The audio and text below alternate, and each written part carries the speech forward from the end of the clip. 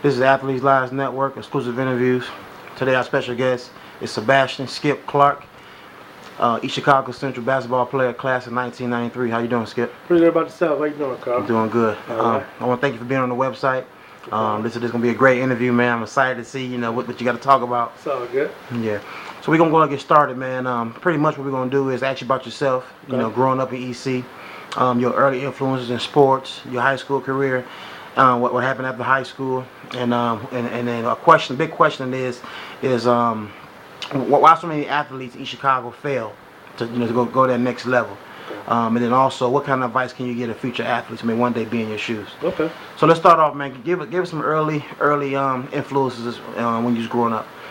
Well, first I have to say, my family. Stepfather Dennis Taylor, and my I had an older cousin Tyler McGuire. He pretty much schooled me on the school life, street life, man. On the court. So, I would say my family, Okay. early influences. What peers did you grow up with that was maybe better than you athletically? Growing up, who you wanted to challenge and beat.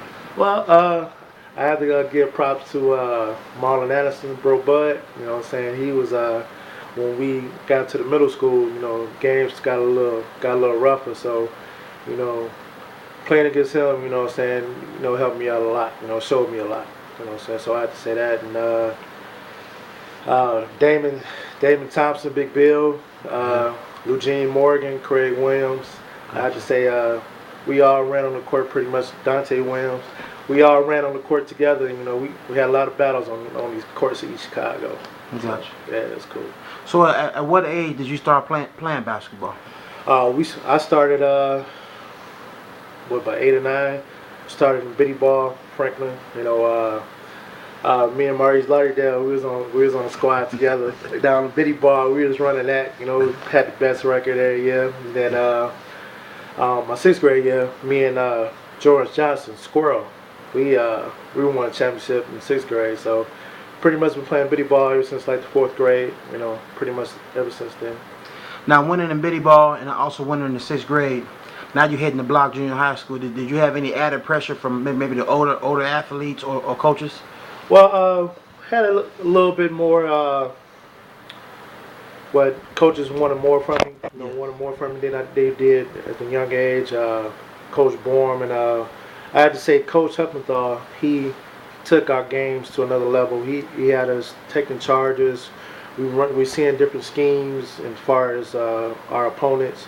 So I had to say, Coach Huppenthal played a big role in that, and just taking our games and playing like more people. We was playing people in Chicago, Gary, all that kind of stuff. So we got introduced to a lot at a young age.